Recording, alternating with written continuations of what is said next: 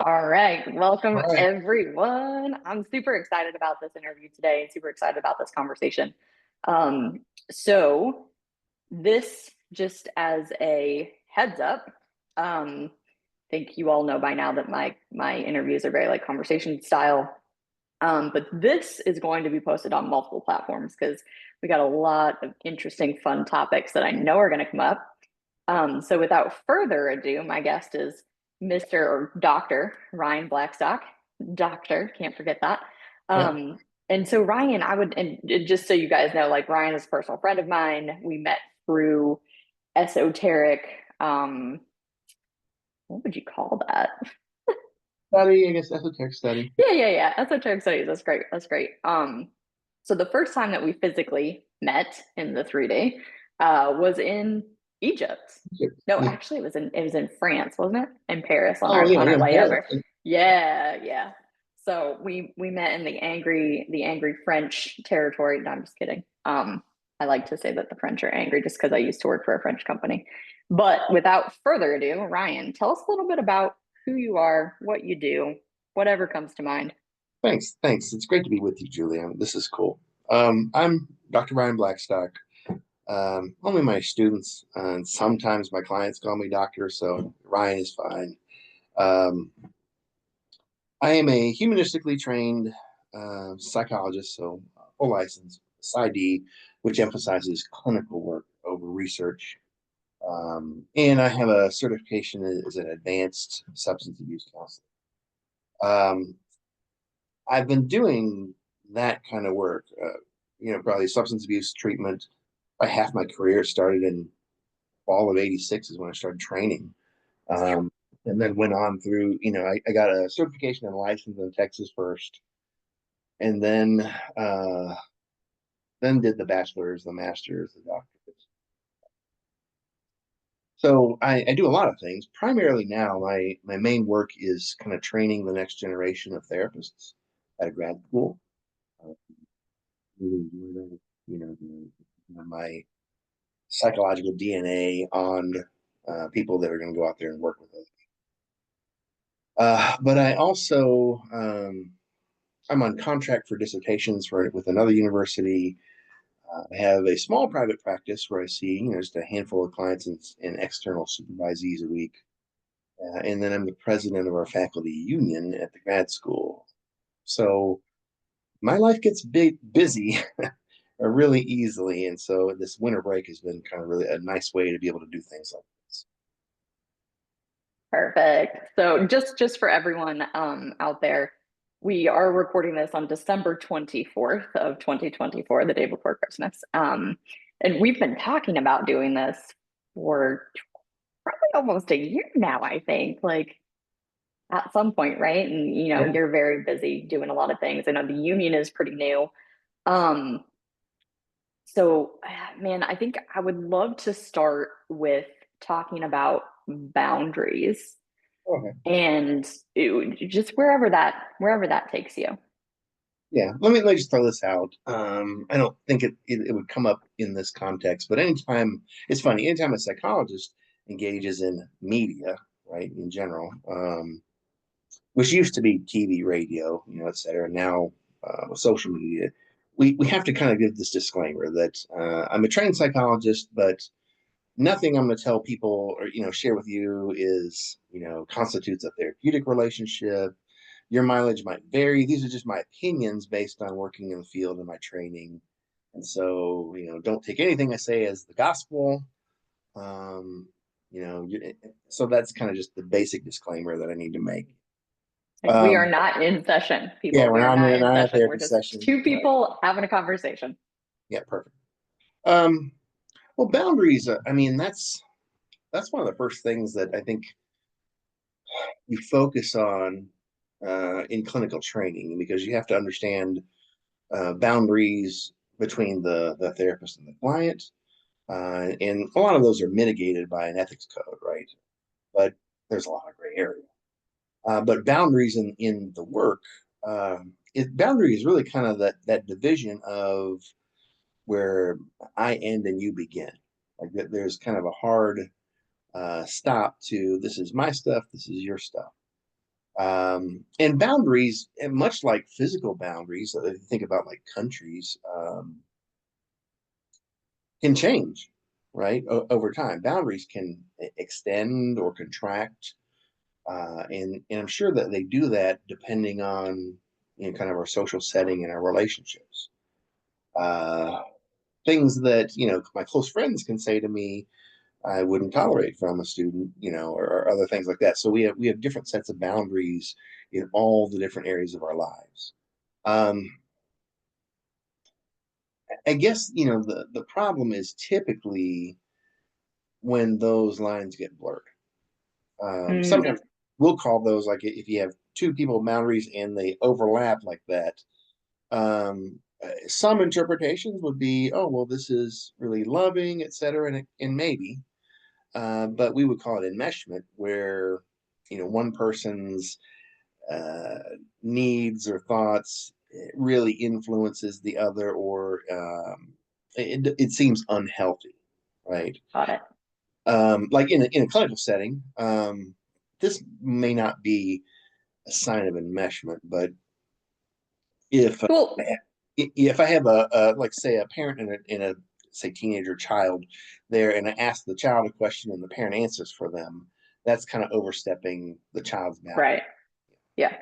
So I think for me, a good example, and maybe for anyone listening, is like, let's say, um, like you and I are friends, right? So if we have a conversation and if we have like one set of boundaries, but let's say I have a hard boundary of like this has been one in the past, it's not one currently, but let's say I have a hard boundary of like, don't text me before 8 a.m. because I am not functioning at that time of day. So I'm going to tell you to fuck right off, right?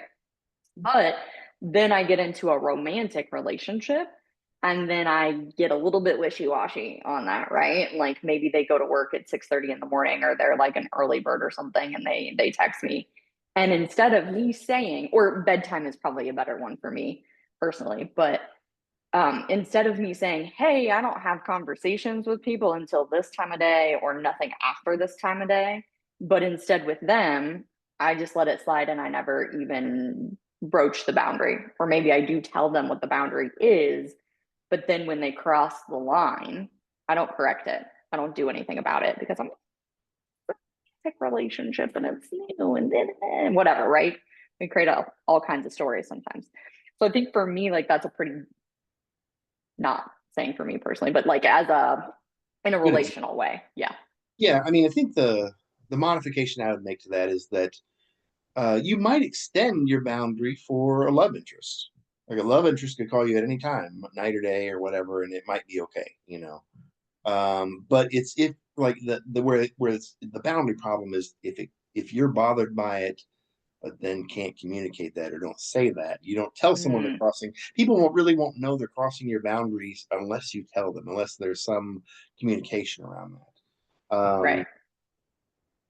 Then it becomes a problem. Like, I had a colleague who really wanted to be friends, and I think I consider her a friend, but I don't want to. Most people I don't text with every day. Like, and she wanted to just have this, hi, how are you, checking in, blah blah. And I was just like, yeah, I don't really do that. I don't really do that. I'm sorry. Like, I mean, I get that that's your style of doing it, but I had to set a boundary. Her feelings probably got hurt by it, but this is the way that I operate. Right. Right. And I think we actually had that conversation because I was like, yeah, dude, like we're pretty close and we don't even talk every day. Yeah. So yeah, so let's talk about the feelings being hurt piece of it because I think that's a super, super interesting topic. And I know for me with all of the like personal development and self-development work that I do, I'm like, okay, if my feelings get hurt, if they weren't delivering it with like malicious intent or they weren't, trying to hurt my feelings or whatever, then that's my shit, not their shit, right? So like let's talk about that a little bit. Yeah. The, um, you know, if I reflect on it, in the way that I grew up, I didn't probably grow up with good boundaries in my household. I don't know that I got a lot of good modeling around that. Because that I suffered guilt trips. I'll let you do this, but there's going to be this, added guilt to it. Um, they were just kind of hard and fast rules, and a lot that I just didn't know until I broke them.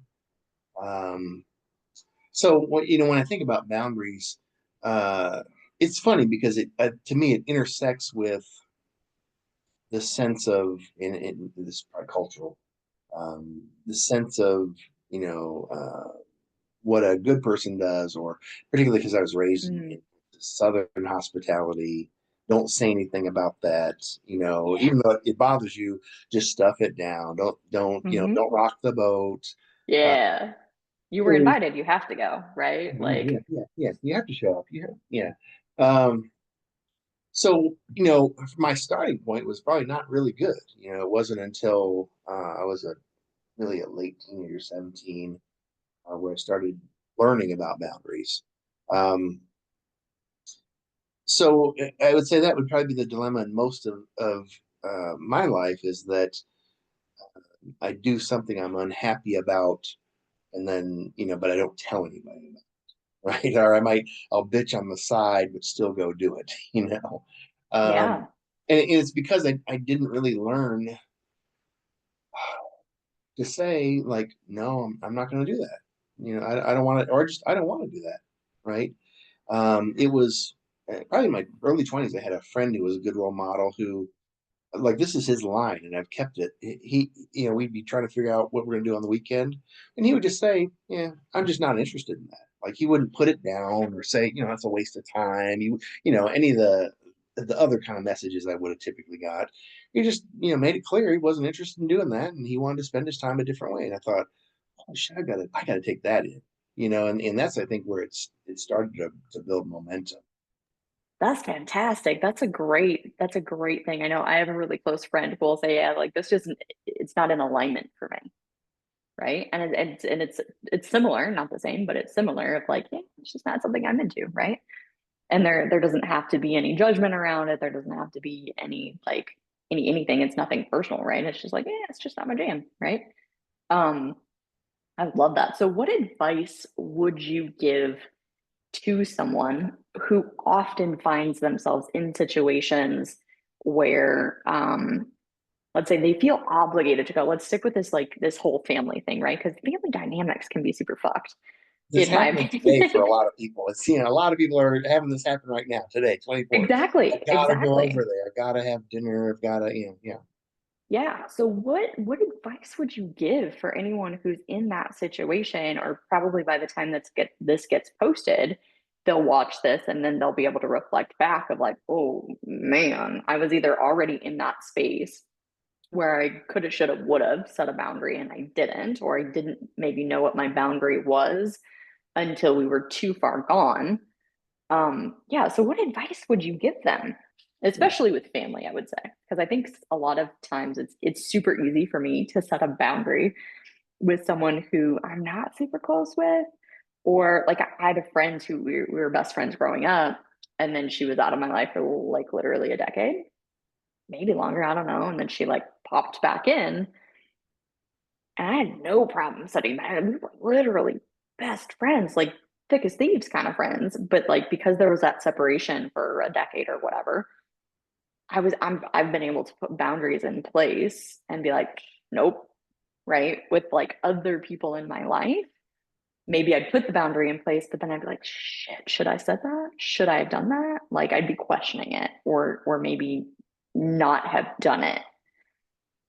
So yeah, like what's the advice that you would give to people in that in the holiday season? How does that good healthy boundaries with family? It's funny, like, this may surprise you about practice of psychology, but that's it's funny. It's like the one thing that we don't do, or rarely do, is give advice, believe it or not, at least in a humanistic orientation. So this is a little stretch for me, but yeah, I Okay, can, hold I up. can Before we go on, what's humanistic orientation? um that's the type of psychology I was trained in and I love. It basically says, there's a lot of premises, but one of the fundamental ones is that humans have the capacity to grow, right? And that we're constantly growing. When we encounter blocks to our growth, um, that's where and it can be mild, or it could be that's where we feel stressed, or that's where, problems materialize. That would be, I say, we put some clinical names on them: depression, anxiety, adjustment disorders, etc. People, in kids, they act out. Um, the humanistic orientation says that when we work with someone, we try to keep the power differential really, really close. Like many other orientations, I'm the doctor, you're the patient. I'm going to tell you what to do. You go do it. In humanistic, it's as close as it can get to be 51-49, because, we always have a little bit of power as a therapist, but we try to help you remove the blocks to growth. And we really believe that people generally have the ability to resolve their own problems or come up with their own solutions. They just need some support and help in doing so. And so that translates into in the therapy room. Um, like say you pose this question to me with your friend in the boundary, what should I do? This may sound cliche from a therapist. We'd say, well, what are you willing to do, Julie? Or I would use a technique I developed called where's the line? Where's the line for you? How many more times will this have to happen Oh, until you're convinced you want to do something different? ooh, So, that's so good. yeah, Where's the yeah, line? yeah. Oh, Where's the line? That's one of mine. I love But that. but it's just the philosophy. It's just an extension of humanistic philosophy that says, you know, you can make a different choice around this, right? But what gets in your way of doing it? You say you don't want to do it, and yet the last 3 years you've done it. Something clearly gets in the way, a block to you feeling, empowered to make this change, or to do it without feeling shame or guilt or whatever it is. And let's work on that, right? That would be the clinical emphasis, Oh, humanistic. okay.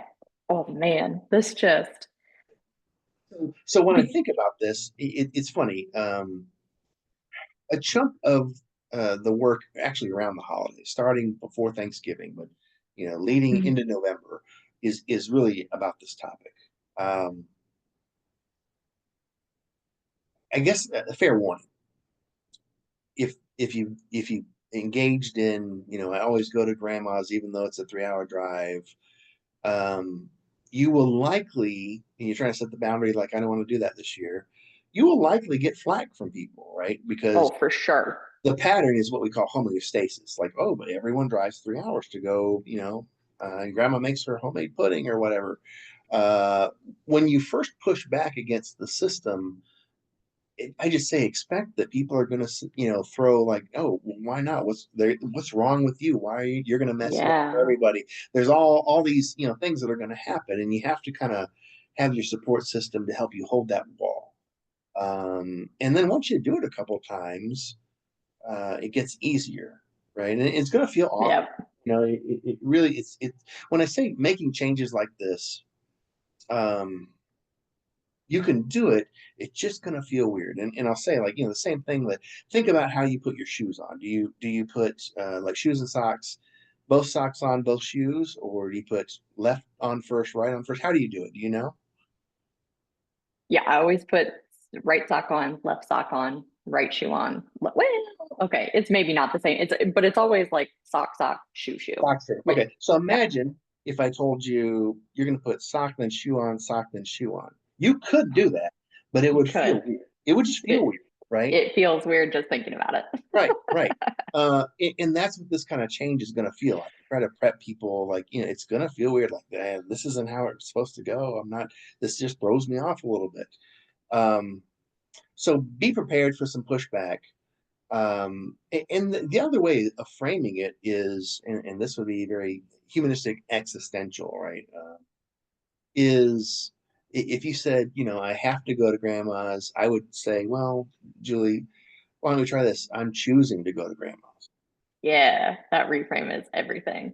You put it in choice, and then people are like, well, no, I don't want to go. I'm like, then you're choosing to stay home and not do it. Like, Yeah. but yeah, you push the choice back to someone. People, we have a lot more choices than we think. They're just not always pleasant, right? Exactly. And I love that you bring this up because so often you hear, and it doesn't matter what the topic is or what's going on, right? But so often you hear people say, well, I have to. We don't fucking have to do anything, right? Or when people say, like, I should, or I could, or blah, that's kind of the reaction that I get when people say that kind of stuff. And good for you for not, because internally, when people say these things, I'm like fucking dying inside most of the time. I'm like, you don't fucking have to. It's not going to be comfortable, but you don't have to do it, right? Like, you literally don't have to do anything. I mean, there's going to be consequences either way, right? You don't have to do anything. There's people like, what do they say about death and taxes? Like, the only two Yeah. things that you have to do in life or whatever. There's What? actually probably three more, but But right, but it's a choice. Like, yeah. everything is a choice, even not making a choice is a choice. And I remember the first time I heard that, I was like, whoa, not making a choice is a choice, because then I'm choosing for someone else to make that choice for me. I'm choosing to like move in this other direction, right? And to be like, me, I'm just not going to make a choice, right? But ultimately, or you should now know that like that's still a choice. I, If you oh, have I any love this. older rock fans in your audience, I'd say the first time I remember hearing that was it's in the line of the song Rush, "Free Will." If you choose not to decide, you still made a choice. Yeah. Oh, that's awesome. Rush is great. Oh, that's awesome. I love this. Okay, so we've talked about boundaries. We've talked about setting them. Let's let's talk. I don't know where this is coming from, but like the power of choice, the power of decision. This is probably coming from the audiobook that I've been listening to lately. It's called The Paradigm Change Your Paradigm, Change Your Life by Bob Proctor. And he dropped this, fucking dropped the hammer today on one of the things. He was like, whatever you're doing in your life, you're making the choice to do it, right? Like, when things are going good, we're making the choice to commit to something or do it, right? But when it gets hard, if we give up, we really didn't want it that bad anyways. But if we're choosing to do the thing even when it's hard, then we're committed. So I'd love to get your thoughts on that. Well, it's funny when you go to the word paradigm, I go back to Thomas Kuhn, Kuhn, who uh, I don't know if he's responsible for the term paradigm shift, but he was talking about it kind of on a social level. But I think it applies, psychologically too. He said that paradigms, when you have a change in paradigm, he's going to say we don't gradually change our paradigms over time. That really their paradigms are like intellectually violent revolutions that happen, and then there's a fundamental shift, right? And so he would say, the paradigm's about just equality in the world, right? Um, We about didn't what? equality in the world with people, Okay. right to vote, right? Is that um, I don't think that we had this natural progression that just now women should vote and now colored people should vote and blah blah. Like there had to be fight for it, right? And it had to be and when women got the right to vote, I don't know, but I imagine there must have been people that were pissed off about it, right? Um, so Yeah, because why would you want women to vote? That's stupid. but it's saying in any kind of big social change, right? Um, in order for things to change, we won't gradually get there. That like someone's going to have to fight it. It's going to be rough. Like a change will be rough in order to change the paradigm, the mindset, the way we default think about issues. And I think Right. very much the same thing. I mean, I would say this happens to me when I have to make a major change. Like I had it kind of has to upset me in some way for me to go, oh, okay, I really need to do this. Um, I'm a creature of habit, right? And I like things to be smooth and don't change and stay how they are. Don't if it's not broken, don't fix it, right? Uh, but from time to time, life demands that something shifts. Uh, Probably, if I was to give you a more socially relevant issue, um, even if we talk about, what it means to like to have white privilege, that's a paradigm shift, right? Yeah. And you can see people don't like it, right? There are people that really are like, what is this? No way, this can't be true. Um, but it takes, kind of an intellectually violent change to say, oh, wait, because I could default to a lot of the arguments to go, well, I grew up with parents that were lower middle class. I didn't have a lot of advantages. I got beat up. I mean, I've been homeless. Well, I could go down the list of things, but that's still in my blind spot that as a white male, I have a bunch of advantages that I'm just so used to, I never have to think about it, right? Yes. The And blind it spot. took, That's a perfect way to yeah, bring it it, up. and it took, hard conversations and learning and really some effort to go, what are people talking about? Like, what do I not know? And I still catch myself with stuff like, oh wow, I didn't even think about that. Where someone who would be, let's say, non-white, would go, wow, I'm really impacted by this. And for me, it doesn't hit my radar, and I get better at that over time. Right now, it's slow, right? But to even wake up to that was um, powerful, right? Yeah. And So, you had a recent example of this at the school. oh, yeah, let me say, as the union president, like I feel like I'm in charge of the paradigm shift, um, in some way, and it's not going well. Like, the admin fights it all the time. Um, that kind of goes into management styles, but even the issue. Let's just take transparency. Transparency and communication. And it's funny, at a grad school for psychology, right? You'd think, oh, well, those things must be a given. Everyone must do that. But no, that's not what happens. And I'm saying we're in a process of change now, right? We've got at least one new administrator who I think is going to be on board with this paradigm change, and that we need to have a healthy culture at work. Um, so it's very, very hard because the school evolved. Let me say this. I mean, I really try to understand things. The school evolved from a very mom and pop shop. It was Clark Moustakas and Sarita Perry, and then Diane Blau and Bruce Douglas. Four people made the school happen, right? And so it was run from a very tight knit community for many years, and it was really kind of a mom and pop. And Clark Moustakas is a name, like, if there's anything I want people to remember, Clark Moustakas, an amazing psychologist, worked with children, developed play therapy, studied loneliness, developed two fundamental qualitative research models. I mean, just an amazing man I got to know. He was a friend and a mentor. Um, and it was managed by their family for many, many years. And then when the family was out, other people kind of stepped in, and for better and worse, the school had to change and had, there was more corporate things like, well, we actually need, like, it's simple things, policies and procedures. We have, and that's something that's a given, right? But the school, in a way, has grown away from the emotional culture of what a small school is like. Mm. And so, the paradigm shift now is pushing kind of against admin to say, sure, we can have policies and procedures, and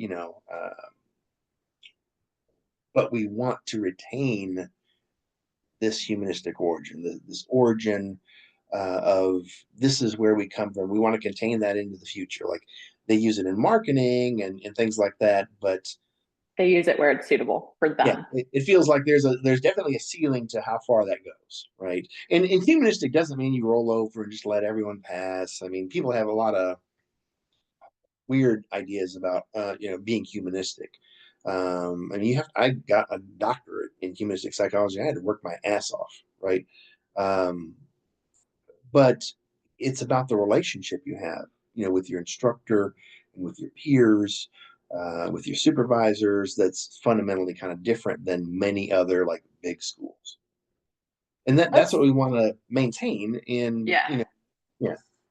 Let's talk about the emotional culture piece because I feel like this is something fuck, like we could talk just about this topic for ever, right? Because if we look at corporate America and we look at culture, and I tell people this all the time, and I use myself as a perfect example. Like me now sitting here today, like you get all of me. You get all versions, all aspects. You get, the good, the bad, the ugly. You get all of it. But years ago, when I was still in corporate America, I would keep the two things separate. I would keep my personal life separate from my work life. I'd love to give people this example. I had a maintenance guy ask me one time, and I was a manager over hundreds of people. And he was like, "Oh, you recently had a birthday, didn't you?" And I was like, "Yeah." I'm like, fucking, we don't post these things. So, like, how do you know that? I'm like, yeah. And he's like, "Yeah, I saw that on Facebook. Like, we're not friends on Facebook." So clearly he was checking up on me. And I'm like, "Okay." And he's like, "But I noticed that you don't have the date on there." I'm like, "Yeah, yeah, I don't." Like the year that I was born, right? He's like, "How old are you?" And I was like, "If I wanted people to know, I would have posted it, right?" And I Yeah. just keep on walking. Like, who the fuck do you think you are, dude? Right? And that was interesting to me because it could have been that he was just being super nosy, right? Could have been he was trying to create a relationship and to know me on a more humanistic level. Doesn't matter, didn't matter at the time what it was. I was like, nah, fuck off, bro. Like I got shit to do. And it doesn't involve you. Like, right. And so now one of the things that we really talk about is this, you have people, right? And you have the culture and the emotional piece of it. In most companies, the only people who really kind of deal with that is like the HR people to an extent, right? To a very large extent. And I can tell you from personal experience that anytime I got like emotionally invested in my people, and anytime I got like emotionally invested in what was happening and how it affected them, like mentally, physically, like whatever, these are the people that after I left that position of basically like a production manager, they would come up to me years later and be like, "Can you please come back and be our boss? Can Mhm. you please come back and be our boss?" And people who didn't work for me or didn't have that close, people that I did not allow to see all human sides of me, like, ah, she's just a bitch, or she's just whatever, like, right. But because I was able to bridge that gap with them, it changed everything. So I would love to get your take on just like emotional culture and like just go more in depth about the emotional culture and the way that you see it now and the way maybe it used to be, and what changes would you like to see moving forward? Got a good short story for you. Uh, Let me say this, I think I'm always looking at like what are some of the variables. And I think it kind of depends on the workforce in the job, right? And then also management. Um, I go back to this won't surprise you. Another theory. It's God, I think it's been record theory X and theory Y, and then there's a theory Z, but X and Y would be a good. Um, Theory X, if I'm recalling this right, basically says that people don't like to work and will try to get away with as much as possible. And you really have to kind of ride their ass to get the job done, right? And so there are Theory X employees and there are Theory X managers, right? And I've worked a bunch of those kind of jobs. And I've probably been a Theory X employee at certain points in when I was just a teenager and working retail or grocery, I goofed off, you know. Um, but then there's theory Y. The theory Y says that people love to work, right? That's even Freud would say this. Our job, the two things we do in the world are work and love, um, and that people want to work and they want to feel satisfied about what they're doing. They're going to take pride in their in their work, etc. And so if you're a theory Y manager, you just have to support them in that, right? It doesn't mean that there's no rules. There's always rules, but you get bad mixes whenever they're kind of not the same, right? A theory X manager in the population is probably going to high turnover. That's just the nature of the job, you know. And I think that explains some of what's going on at our grad schools. We have a theory X person in administration and theory Y teachers. Like everyone is a psychologist, right? And so who has, I think almost all of us have our own private practice. We all do our own thing. We all bring our talents to the table. Theory X and theory management with theory Y doesn't work, right? Very much the same thing where if you had theory X employees who really don't want to work and you have the theory Y, the kind of, just it'll be okay and let people get away with rule breaking, the company's going to be in trouble in a short period of time, right? Um, and so part of that paradigm shift is we want management to have more of this theory Y. Um, I can tell you it's funny. Most of my work experience outside of when I was a young man, just trying to get through undergrad and things like that, has been in the clinical field. And so I'm going to tell you this story from a clinical place. I think it might have been my first year doctorate or a second year doctorate, like practicum. I picked up a side job doing like case management. And it was cases that were like overflow from family court or CPS or yeah, things like that. So, it wasn't like anyone wanted to come see you, right? And four of us probably each had we had a desk on each wall in maybe a 12 by 12 office. And it was, tough to hear when you're on the phone. And it's just stuff was always going on. It was not a great workplace. But being that wow, I'm able to earn a little bit of money on the side here, I was pretty happy to do that. And I'm going to pat myself on the back. Using some humanistic interventions, I managed to get people on the phone that no one else had ever got on the phone before, right? Just in my approach of how I ask them for, feedback, ask them for help rather than saying, I need, throwing deadlines. Um, so one day, I don't know. I must have had one. I must have just had some extra money, and I went and got donuts for everybody. Bought maybe a dozen donuts. Put them in the break room. I was pretty happy. Went about and did my work.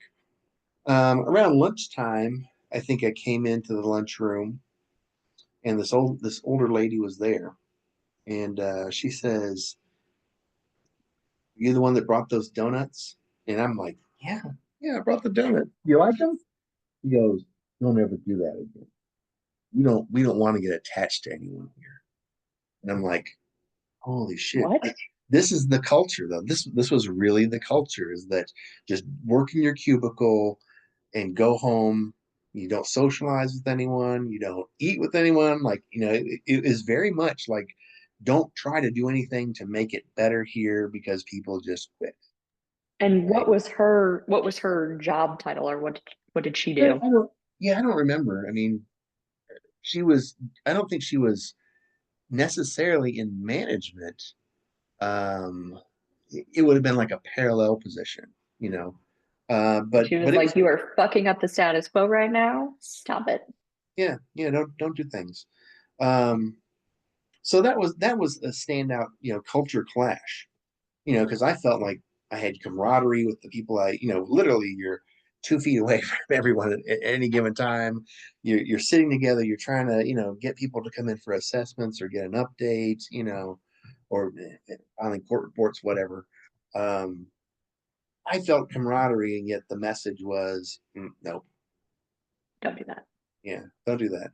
Um, it's funny when I think of like optimal places where there was culture. I would say there's one of the best hospitals I trained at uh, was good, or even a place that my mom retired from. It was a big ophthalmology clinic, and it wasn't about the rules, it's around the way that employees are treated. And they discovered this amazing thing that if you were sensitive to your employees and you celebrated, their birthdays or holidays that came up, if you had, I say, more than a pizza party, like when you really kind of did fun things, you had departments that would have fun competitions. Um, People worked harder, right? They learned to like to come into work and produce for this company. And they felt like they were going to be taken care of if anything happened. Um, that's gone away. I mean, and that goes away probably because of finances and money, the bottom line. But, I don't know that it really costs a whole lot to treat people in a way that respects their talents. Um, Right. and I think that's, It costs in time, yeah, right? It costs in time and like emotional connection and output yeah. most of the time. I think maybe the one person, well, there's more than one, but the person that mainly has to do that job is our HR person who will, I don't know, she'll get a ice cream sandwich truck to come, and the school covers the cost for students and faculty. Or once a year they have someone bring in. It's just like it's not Starbucks, but it's Starbucks, like a coffee thing, and people can order whatever drink they want, and it's free. It's all paid for. Um, and that's better than it used to be. But you know, there's not much administrative investment in in doing that. It's funny, they'll do things like, I say, by the book. Like they'll say, well, we sat out in the atrium for an hour, you know. But yeah, did you talk to students? Did anyone come up to you? Like, no, they saw an administrator sitting in the atrium with a laptop, Yeah. that didn't do anything for the culture, Right. Right. Um, it does take an effort uh, to do that with your employees. And it doesn't mean that you have to be a softy on the rules. I mean, especially I think about things like, if there was a travel budget, people like to go to conferences and there's only so much money in there. So if Yeah. there's only $1,000 in there and everyone wants 350 to go and you got 10 requests, you just can't have it, right? But there are ways to sit together and talk about it and figure out, I mean, here, tap your employees, uh, because often they'll have a solution for you, right? Oh, for sure. That would be a humanistic principle is you don't have to figure it out. Go to the person and ask them, right? They will help you figure this out. And I Uh, think this is in any area, in any industry, right? Like we used to do this with the employees on the shop floor all the time. It's like, I don't run this equipment every single day. Do I know how to run it? Yes, I do, because I was literally trained like an employee to run it. But I haven't been running this for, every day for the last 3, 5, 6, 7 years, like you all have been. I don't know shit, right? Like, so if we want to do something, like, let's go ask the people that would this work? Right? And they'll be like, yeah, that wouldn't work, but we could do this instead. It's that simple. It's literally that simple, or it gets to be that simple, right? If we choose as like the leaders and things like that to make the effort, I think that's a huge piece of it too, right? yeah, I mean, it's not people. I think the thing that gets in the way is people feel like they're going to lose their power or something if they harness their employees. But here's the people that kind of, like I said, know the job the best. Um, I don't know. Like if I wanted to make my classroom environment better, I could generate a list of things, right? I'm thinking about the big classroom I typically use. I could generate a list of things, but I don't know if that's what students would want, right? I'd Right. have to ask the students. I'd have to say, what do you want? What's the most important thing? And then take that into account, you know? Let's talk about this power struggle dynamic. Like, I would love to talk about, like, I mean, we know that there are some people that inherently, like, they want to control, and then there's a lot of psychological aspects to that, right? Like, control makes us feel safe in some instances, and it makes us feel a lot of things, like when we feel like we're in control. um but yeah, I would just love to talk about like this power struggle, like, what, why do you feel, or what do you see are like the reasons for power struggle, or why is it, or even from like a psychological standpoint, like what could we do if we're in that power struggle dynamic? Like what could we do to shift it so it's more, equal? Yeah, I mean, inherently, I think that there's, and this probably doesn't cover all cases, but there's some kind of value clash, right? There's some kind of value that when someone is holding on to control, it's because something of value of them feels threatened, right? And that's when they're going to tighten the control. Um, I think I've been in these clashes, with administration, and I understand where they're coming from. Like the school, I hate to say it, but above all things, it's a business. If it can't make money, it can't stay open, right? It's got to make money. And so sometimes, faculty might ask, hey, why can't we do this? Can't we do this? And, admin like suddenly like comes down and like, you're disgruntled, they raise the conflict, right? And I'm like, where is this coming from?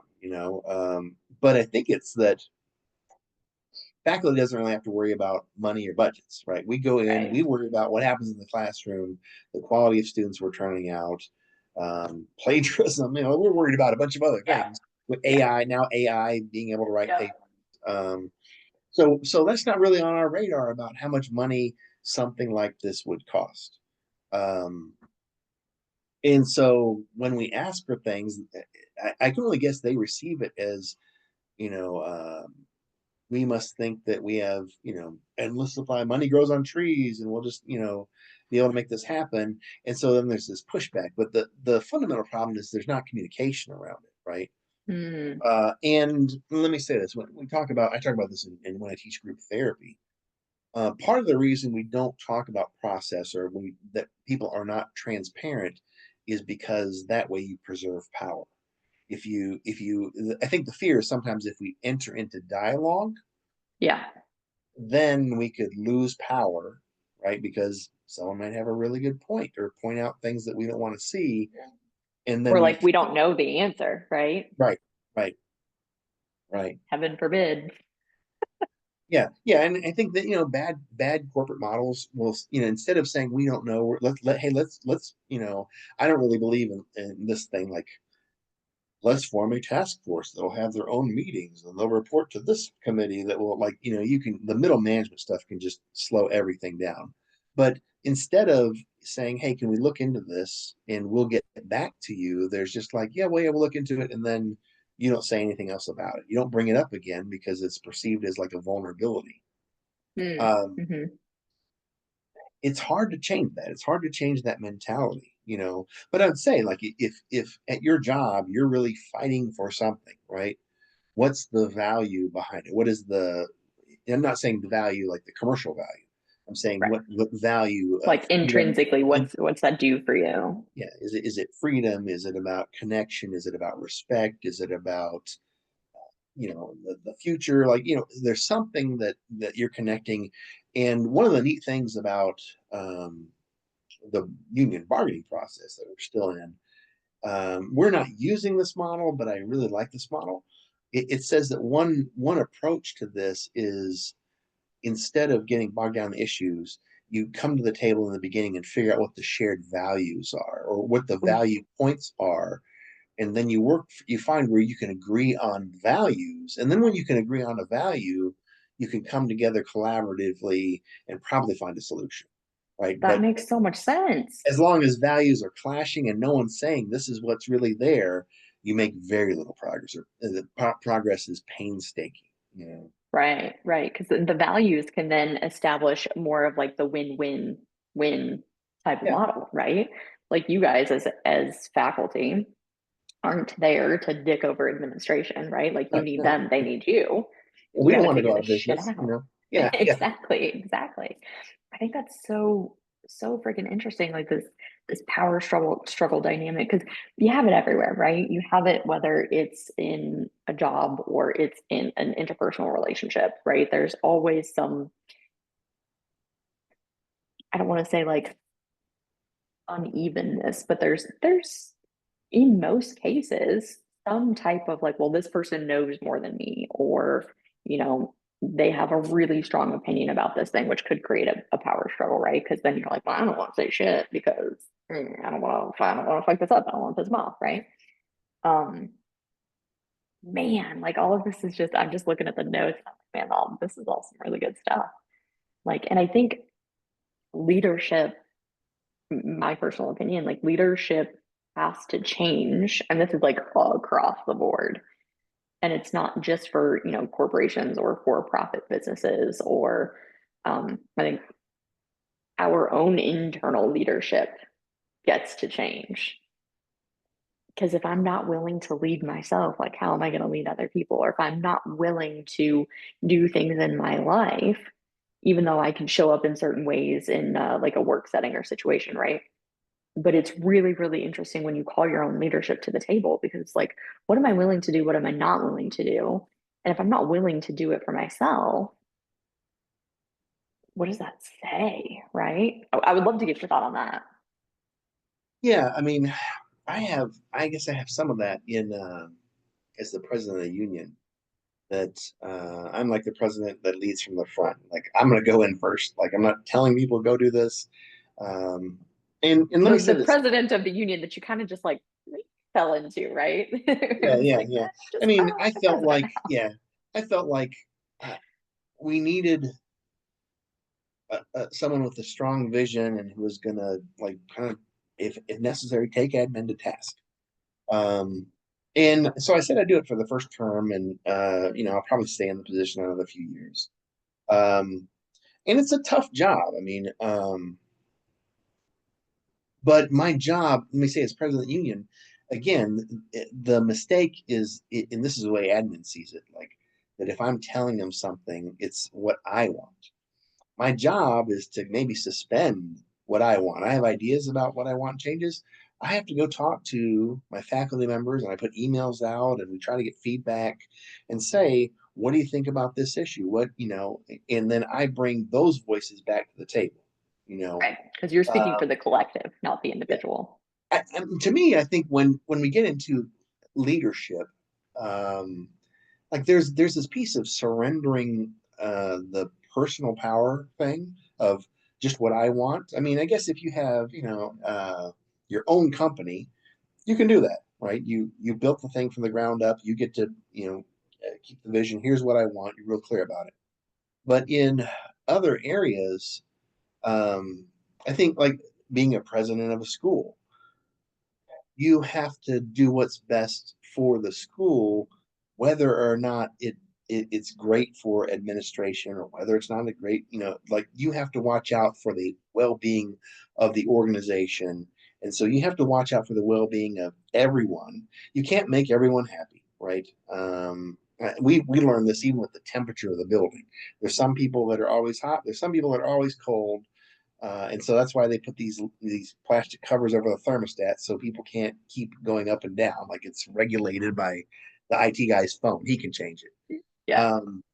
But you can make progress where everyone feels heard, where people's opinions are considered, right? And when you explain your decision, even if it's unpopular, you're giving them the information. They don't feel like there's more or what's behind this story. If you have that type of integrity, right? And it takes a lot, man. Um, I think people respond to you pretty well, you know. Yeah.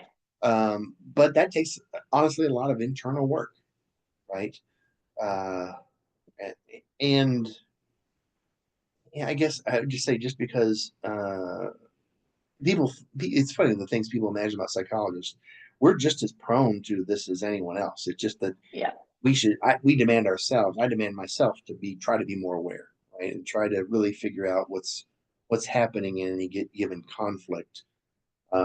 Let's get some data. Let's what's the evidence? Can we look at um, what's happening or what's not being talked about? I mean, there's lots of things that I want to do. Am I the best? Because I'm the president. Am I the best at everything? No. Oh my God, I have colleagues and other union officers who are fantastic with like spreadsheets and polls and email, and just putting things together that I could do, but it'd take me hours of agonizing. And for them, it's something I want people to do things that they're good at and that they like, Yeah, you know? for sure, for sure. And I think this is also a way, going back to talking about people just want to feel heard. Yeah, Like I literally and seen, right? So like we have a subset of things, like we've got 2 points here. We've got a subset of things like that we're really, really, really great at, and we like doing them because we're good at them. And then we've got things that we don't like doing because we're not good at them and we don't want to be good at them, right? Like you yeah. probably don't want to become really great with emails and spreadsheets. You're like, it's not my It's, fucking jam. I don't want anything to do with it. yeah, yeah. I don't want Right? to learn that, you know? Exactly. So you've got this amazing ability as like a leader or as like the president to be like, hey, like you're really awesome at this. Like, would you mind doing this for us? Because like I'm not good at this, and I would love for you to do that if that's something that you want to do. Way of acknowledging them for like what they're good at, then they're going to feel seen, right? For sure. Um, and by asking the question, then they can be like, well, yeah, like I would love to, right? And then they're also consequently heard. Um, but it's just I remember I had this employee one time that she like everybody hated working with her and people hated having to deal with her, right? And I remember she would come to me and she would just kind of like vent and unload about stuff. And I'm like, okay. And I'm like, cool. I can do this, this, and this to help you. Or I'd be like, that's out of my control. Like, there's nothing that I can really do to help you. And she's like, oh, I know. I just wanted to get it off my chest. She's like, I'm better now. And then she just walk away. And everyone, like, or not everyone, but most people would just bitch and complain and moan about her. And I'm like, don't ever figure out the secret to her. And the secret is you just gotta listen. You just gotta listen. And she'll be like, I'm good. Yeah. Ooh, that's all she wanted. Like, because most of the time she knew like what could be done or couldn't be done, right? And if you would take the time to listen to her, and then if she knew something could be done, she'd have a solution, or she'd have something that she's like, is it, can we try this? Right? Because most of the time people just want to feel fucking heard, or they want to be acknowledged and recognized for the things that they're really good at. So I love that you're like, yeah, we've got people that are really great at this thing. And I'm not, I don't want anything to do with it.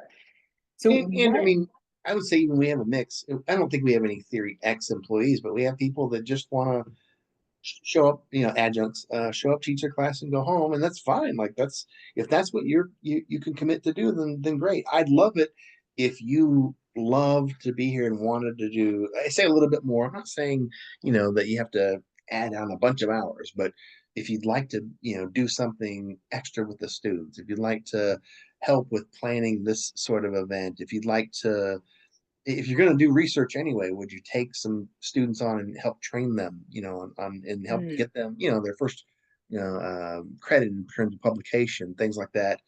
Like let's find things that people like to do, and I mean, and I'll say I know this as the union president. I'm saying there are limits to how much stuff any given person can do, right? I think one of the other things we fight against is in the issue of like workload is that you can only give us so much, and then when you put yep, on more, nothing gets done as well, right? So you have to balance that, right? But generally, I mean, I'm in the theory Y camp that people want to work, and if you give them something appealing, they'll show up. You know, yeah, it's just what's appealing is different, and you have to make effort to know what that is, right? Um, yeah, because if you just go, well, I think this is appealing, everyone should find this appealing, you're gonna have employees that are like, I don't give a fuck about that. Like, why would I do that? You know, and I've been in that camp, right? yeah, Um, that but if you took time to see where people's interests lie, and you do something to promote going back to this culture. You do something to promote a shared value in the company, right? Um, it's not just, a lunch. A catered lunch is nice, right? But that doesn't promote necessarily a much community. It's when I think the school comes together, I'm using the school, but a business comes together to say, hey, we want to do this initiative, and maybe it's something for charity. We want to support things that our employees are interested in. Then it feels like, oh, you start to feel seen. You start to feel like, oh, this place cares about some of the stuff I care about. You can't Yeah. make everyone Yeah. happy, but you can make a lot of effort, right? And even if there are things that you can't do because of whatever, like budget or whatever, just the fact that you're like willing to have the conversation, and that goes such a long way. Like the communication piece is like just the willingness to open up the lines of communication Yeah. for people can be enough for a ton of people, right? Because they say, oh, they're actually willing to listen to me. They're actually willing to hear what I have to say, even if I know that they can't do anything, or even if they tell me that they can't because of XYZ, right? Like the communication is huge because I think as human beings, we all want to feel heard and we all want to feel seen. And it's not difficult to do, in my opinion. Like it's not difficult to do. Yeah. I mean, here's the thing that I look at, like my best jobs and the best jobs I've seen people at. I mean, you want people to really be happy in what they do, in the service they provide, in the product they manufacture, in the, whatever it is that your business does. If you can help your employees feel happy about doing that, they're glad to come to work, that they don't wake up on Monday and go, fucking God. Yep. That if they can wake up on Monday and go, all right, it's gonna be a good week. I like the people I work with. I like the stuff I'm doing. I feel mentally engaged. I understand what my goals are. There's some parameters. Then people show up and work harder. I mean, this is the whole thing with that we're having this back and forth with. I hear with from COVID, people began to work from home, and now a lot of places are saying, yeah, we'll come back to the workplace, and we even have that at the school that we don't want to be there 4 or 5 days a week. After we've been there 3 days a week and remote, etc. Um, that when people feel like you can give flex time or things like that, they're much more committed, right? I mean, the Theory X mindset over here, Theory X mindset is like, well, if you have a remote day, you must be goofing off. Yep. Where where They're going to where the abuse it. Yeah, the funny thing is that I don't think any of the administrators are going to hear this, but sometimes I get so much done on my remote day that when I go back the next day in the office, I'm like, I mean, there's always Twiddling your something to thumbs. do, but I'm like, do I want to read for the class I'm going to teach next year? Like, I've been overproductive, so Hmm. I don't think Yeah. they could ever fathom that though, that, oh, you must be, watching TV or, I've had HR people say that too. Like when where I used to work, they instituted like you could take one day a week, and it kind of like rotated through the group. Like you could take one day, and that one day you could work from home. And the amount of things that people got done in that time that they were home, like it was astronomical because you don't have people coming up to you all the time bothering you, or coming up to you all the time, especially in HR, right? Like you don't have people coming to you with questions, and you know, like the people that are coming in the door to ask questions, but then also your colleagues that are like, hey, could I get some help on this? Or hey, could I get your opinion? Blah, blah, blah. Or the lovely colleagues that we have sometimes that just want to come up and shoot the shit because they're bored or they're procrastinating. They don't want to do what they've got to do, right? So they're like, yeah, let me just stroll over here to Ryan and just, hey, Ryan, how's it going? And you're like, I've got 50,000 fucking things to do and I'm trying to get look, some shit done right now, right? see my desk. You see all the Yes. papers on my desk. Yeah. Yeah. So I think that that's huge. And like, it can be so productive. And I think that it is so productive. And the piece of it that's like, well, they could just be fucking off. Well, you're gonna know pretty quickly if they're fucking off, right? Like Yeah, they're that's not the gonna question. get Is shit does done. the work get done? Are the grades in on time? Do they turn Yeah, papers back around? If they're not doing that shit, okay, you might have a case. yeah, for sure. It's funny though. You brought up, I think this is years ago, this kind of revolutionary idea of how many hours can you work in a day? Or do you work where you're effective in a day? And that's, I mean, I don't know if that's going to catch on as an industry change. I wish it would. Um, I've always been in the camp of sometimes I work really fast and efficiently, but then it might mean that in a 40-hour week, I got my shit done in 34. Like I have 6 hours to, kind of, I don't know if I'd say goof off. I don't really play Minesweeper or, Right. whatever, but I don't have to be like stressed doing something for the next 6 hours. I can kind of relax or think about.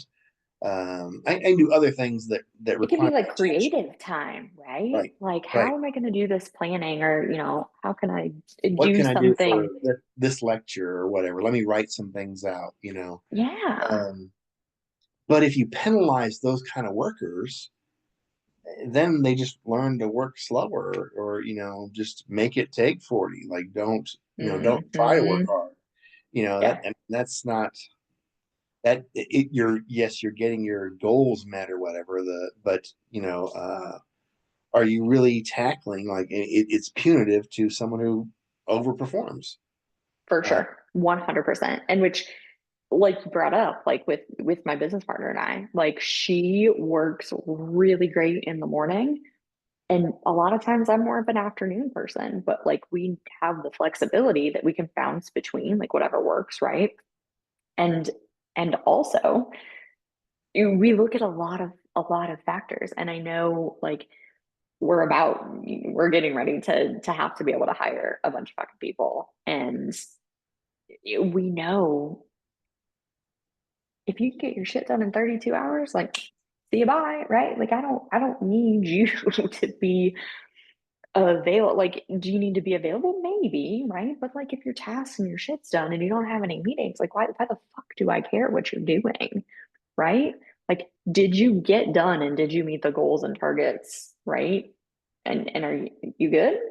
Well, perfect, you're good. Like I don't need to see you anymore. Like do what you need to do. Um, but I think I want to say in like Sweden or somewhere, Switzerland maybe, they have instituted like a 6 hour workday. They only have a 6 hour workday. it's Like mind blowing. that's just, yeah. People are happy. They're productive because you get your stuff done and you don't like I can tell you that I've never been super productive. Like if I'm 10 hour, 12 hour, more I've done 17 hours before. Like you get to that point in your day and you are not productive. You're not productive. Like I don't care what anyone says. Does it look great that you're still there and you're doing well? Maybe to some people, like, oh, it's dedication. Yeah. And in some jobs, it's like, do you the job that I'm referring to, like I was also on call 24/7, right? I'm like, I'm not a fucking doctor. Like, why do I need to be on call? Right? And it's like we've gotten so used to being in this hustle grind culture that a lot of people don't see that there are other ways. And there, yeah, and I can tell you the standard of living and the like if you're looking just from a perspective of like, are people fucking happy or not? The countries that have people that are only working 6 hours a day versus our country, that's a huge difference. It's a huge difference. It's funny when I look at my teaching schedule. I don't know how I'd fix it if we're confined to you have to have this many hours in.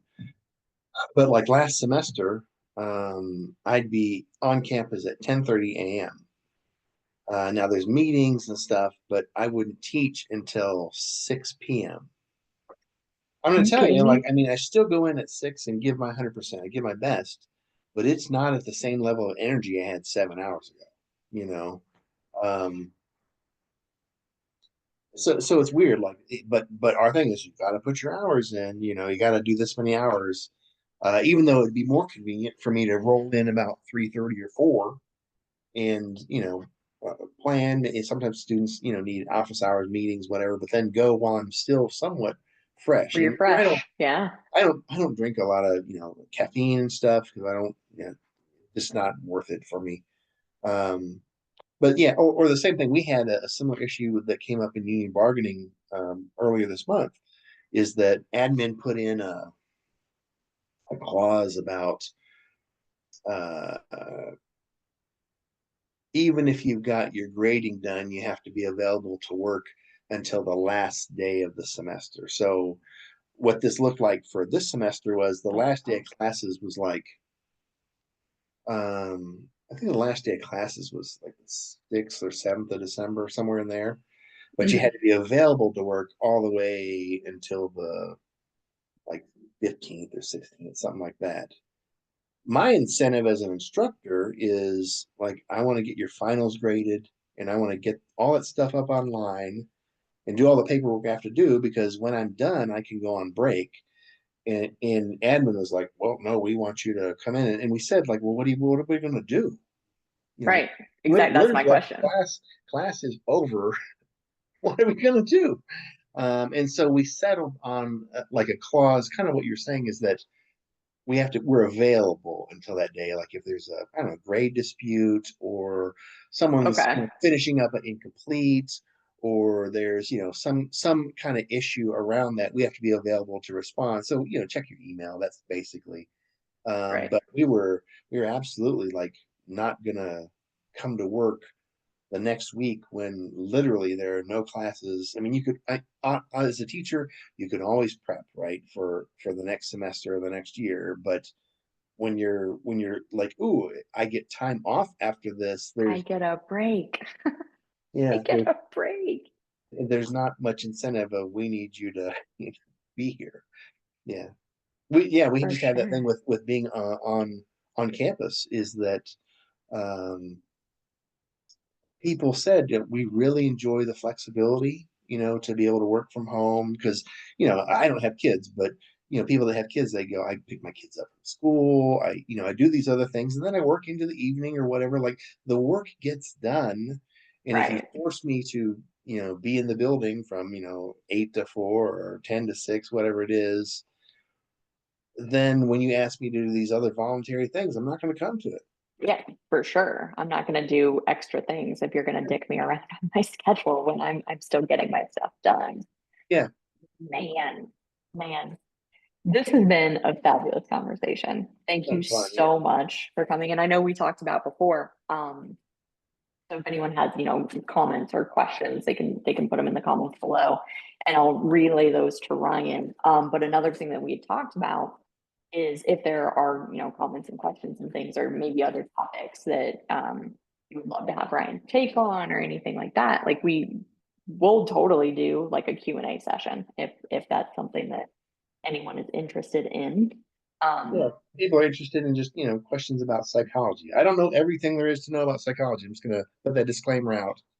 But if people have questions about psychology or therapy, if you want to know what it's like, behind the scenes of, being a therapist, etc., like, again, I mean, I can't diagnose anyone, especially over a podcast. Like, that's, we have tools for that, and that, you got to put some money down, and then my assessment skills go to work. But we can't, say, does my family member have borderline person? I don't know. I'd have to interview them, right? I'd have to assess them. So we can't do things like that. But if you're curious about, um, therapy, or yeah, especially addictions, and that's my life work in there, addiction and early recovery. I'd love to field questions and just talk about that kind of stuff if people have interest. Yeah, absolutely. I would love to be a part of it. I love it. It's so interesting because I know that we've had many a conversation, right? Where I'll like voice note you something and be like, hey, I'd love to get your take on this. And you'll give me like your personal take and you'll be like, from a psychological perspective or from a psychologist perspective or blah, blah, blah. And for the longest time, I was like, oh, Brian, like I always forget that that's what you do. Right. And how long was it though that I'm just like, I didn't think about it from that perspective, or I didn't like, I forget that that's what you do. And I'm like, oh, this is fucking money. Like, this is great. Right. So, It, I think it's funny because for me, I mean, that's my identity at the school, right? And clearly, it's my identity with my clients and supervisees that they're here to work on stuff and me to help guide them. Um, but outside, outside my work, I mean, I don't. I guess I've never liked people that, uh, I don't know, hold their degree over everyone all the time. Like, well, I'm a doctor. You should, get. No, I like being unknown, as a doctor and just interacting with people. And then when they find out later, it's kind of cool, right? Or, when I'm in a doctor's office and they don't know me and they're trying to bullshit me and I give them questions, they don't know, like, oh, here's someone who knows something about, um, recipient rights or, things like that, but it's part of my, it's what I've been drawn to. And yeah, I like it better that way, that people don't frame me as this degree that I spent a whole lot of fucking money and worked really hard. I'm proud of it, right? But that doesn't define me. I don't want to be defined simply right. by, because I have all these other faces or aspects of me that people kind of probably never see. Oh, yeah. Oh, yeah. Which I've been lucky enough to Yeah, see a yeah, lot of yeah. those, I feel like. Even where I'm sitting, Yeah, yeah. exactly. Yeah, so if anyone has questions or comments, like just post them below. Always happy to have Ryan on, always happy to have these conversations. Love to have these kinds of conversations. So until next time, thank Thank you. you so much for being here.